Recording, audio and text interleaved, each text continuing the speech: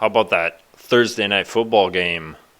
Didn't expect to see the Derek Carr led, oh man, almost said Raiders, the New Orleans Saints piling up the points there in the fourth quarter, almost making it a challenge for those Jacksonville Jaguars. My goodness, it was really hard to even really know what they were going to do, if they were going to choke at the end.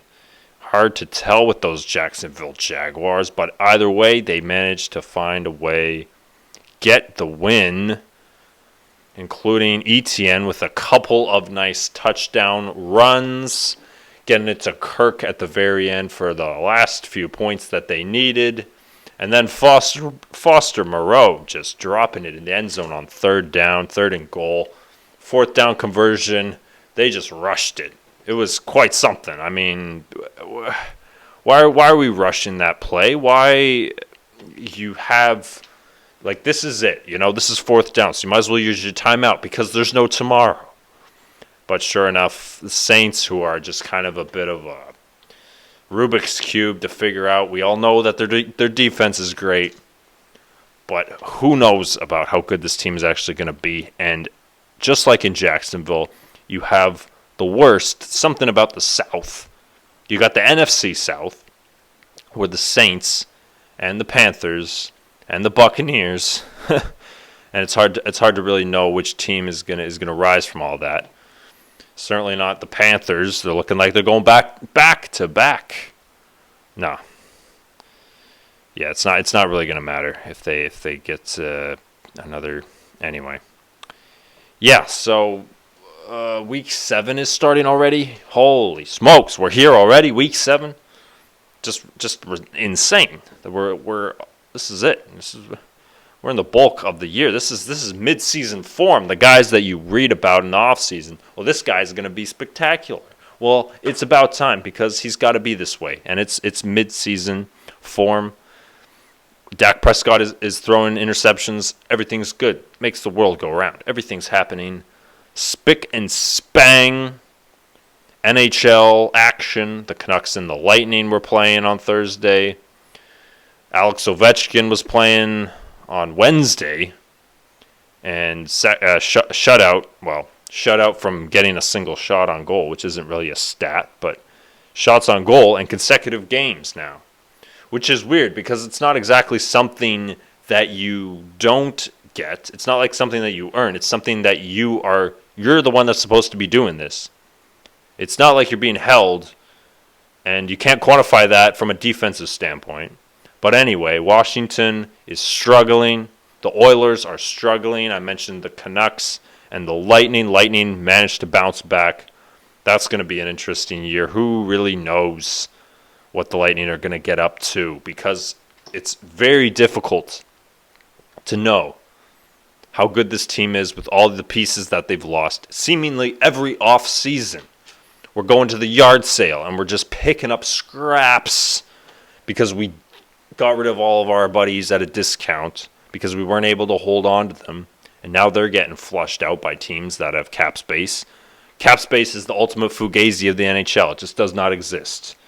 And for some reason, the cap isn't allowing players to be making more money than they should have been, especially in this amount of time that has passed. And we're still seeing guys that are just struggling to get $2, $3, $4 million a year AAV. And how much longer is it going to take before an NHL player starts making $20 million? But enough already, okay? The Oilers are the team that everybody's going to be talking about because of how awful of a start to the year it's been. And this is just going to go in a circle until they find some sort of rhythm because they had a huge game against Nashville. 6-1 win on Tuesday, and then they get their butts whooped in Philly. The Flyers aren't some sort of juggernaut. They're not a team that you circle on your calendar. All right, this is a defining moment for us. Okay, they're not Vegas. Vegas pounced up to a 5-0 start to the season, and they're looking like the best team coming right off of a Stanley Cup championship that we've seen. I remember when Tampa won in 2020, nobody expected them to be good the next year, and then they win. And then the next offseason, no one expected them to be top 10 team, whatever. No one cares. So they go to the Stanley Cup final again. And then no one expects them to be good. They still make the playoffs. It's like you don't see this kind of thing. And it's easy to see. Obviously, when a team goes to the final, you're not going to expect them to repeat that success. But Vegas had no turnover. They had nobody come in and out. They are not the revolving doors. And a lot of these teams at the bottom feeder are trying to figure it out because they don't exactly know who they are. They're switching guys around left, right, and center. Like Ottawa was a team that was moving guys in and out. Chicago is now moving guys in and out. Detroit, it's another team that's like, we're going to add in a guy like DeBrincat, or Ottawa's going to bring in a guy like Tarasenko, and Chicago's going to bring in a guy like Taylor Hall. We've got all these different teams. It's like, okay, well, we're threatening, we're building, we're gaining momentum here. But at the end of the day, no one's going to expect that you're going to be able to take on one of the top teams in the NHL. You're not going to be able to take down the Bruins in a 7-game series. Why are we talking about the playoffs? It doesn't really matter. As far as outlook goes, that's the only reason that this is relevant, because the Oilers are expected to be right up there with Vegas and Colorado in the Western Conference Final. They're supposed to be one of the top teams. And I was still thinking that it's going to be very, very hard for McDavid to replicate the season that he just had, getting 154 points. Yeah, I know he scored 64 goals, but to me, when Matthews scored 60 in 73 games the season before, that was a little bit more impressive. But regardless, I'm very confident that Matthews and McDavid are almost going to be reaching the end. If not, they found the end of the capacity that they can have, because they're in their primes right now.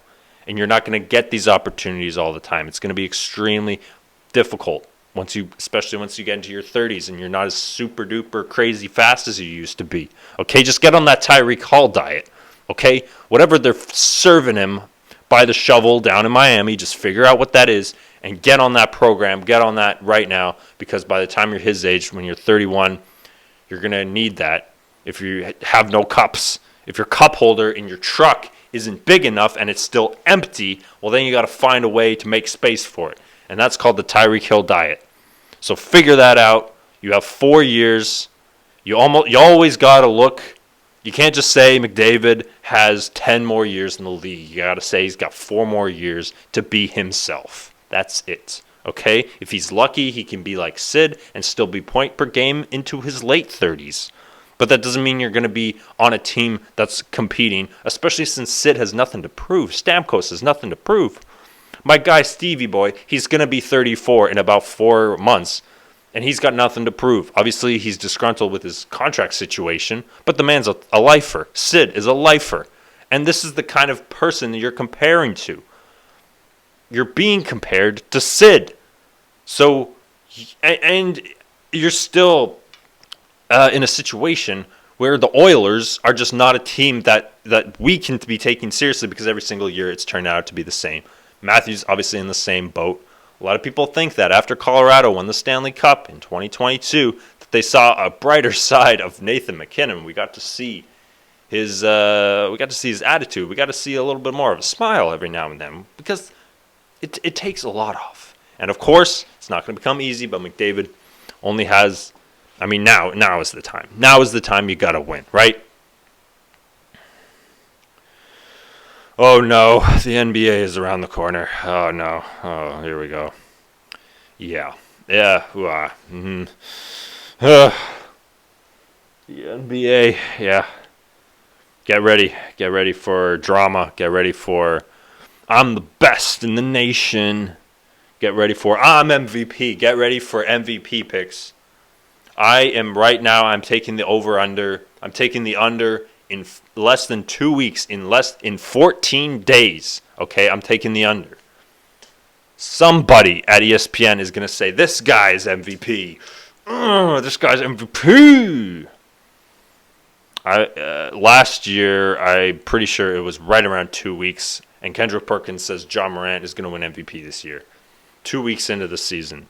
That's like when Luke Perry said after the second show of Bachelorette that I'm falling in love with you, Hannah. Yeah, no. That's the exact same equivalency. That's what we're making this out to be. So let's just pump the brakes, especially since superstars in the NBA, they are averaging about 65 games a season. which means that you're going to miss close to a month, less if you're lucky. And it's with these older guys, you would think that just kind of playing and not having anything to prove, and you have all the money in the world, that you would want to play more because you actually enjoy the sport.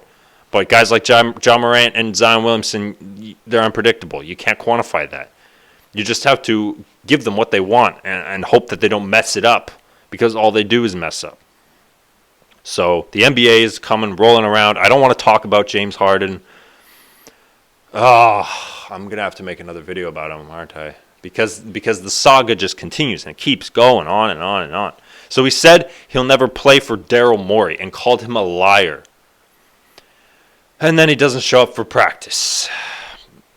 And on Wednesday, it was reported that he's in Houston. So this is all after I already made a video. I should have just called it part 1 then and there, because I knew that the guy wasn't done. I knew he wasn't finished, right? He wasn't finished being a complete idiot.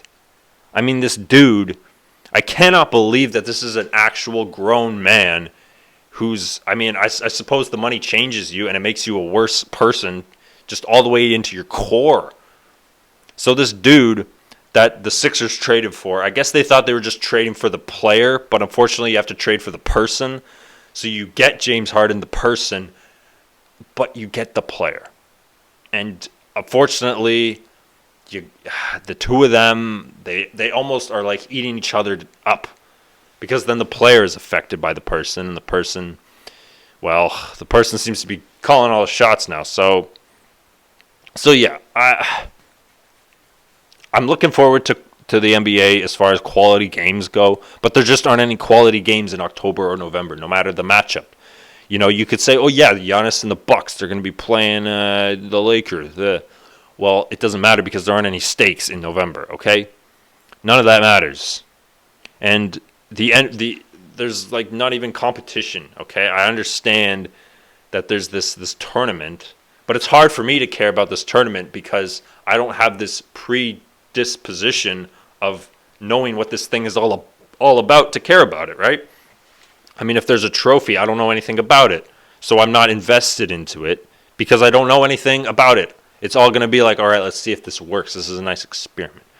But I'm sure it'll be fine, you know. It'll be exciting in December. NBA fans can concern themselves with it then. I'll concern myself with it then. But in the meantime, that's just not the case. And I'm not putting stock into a game where the stars play about 75% of the season. That's about 65 games. I looked at all the stars that have been around for the last 10 years. Even Giannis, he was borderline. I wasn't thinking about including him. But even him, they all have a huge drop in attendance. From 2016 to 2018, all your favorite players, all the stars, if you go to the 2017 NBA All-Star game roster, and all the guys in there that are still in the league, they all had a huge drop-off, anywhere from 2016 to 2018, 70, 75, 80 games to 60, 65, 59, maybe 70 if you're lucky. Obviously, there are guys that play a lot like DeRozan and Westbrook, because I feel like those guys actually care about playing basketball. But it's like, okay, so everybody is injury-prone all of a sudden after 2018? After 2018, LeBron James stopped giving a dang about friggin' basketball anyway, because he has been a completely different player since joining the Lakers. But yeah, I just think it's very hard to concern myself with these guys who only care about money, and they just don't care about the sport. So it's like, I want to believe, you know, I want to give you guys the benefit of the doubt here, but it's just it's unfortunately one of those things where you're gonna see it and believe it if it's going good. And how am I supposed to buy tickets? Fortunately, I don't live in a city where I'm tempted every single day. I mean, imagine being in a city where every other weekend Steph Curry's coming in or LeBron's coming in, and you're just like, oh, the temptation. But then he's going to be a healthy scratch, and you're going to see him with a green beanie and a blue jacket, and you're going to have him on tan pants and pink shoes and a freaking bronze medallion on, and you're just like, oh, I wanted you to wear purple and gold, man, purple and gold. But it's not just on LeBron. He's not just the one to blame here, okay? You guys know who I eye the most, and that's probably Harden, Zion, Kawhi. I don't even get on PG's case because I like PG. I feel like he doesn't mean to be injured all the time.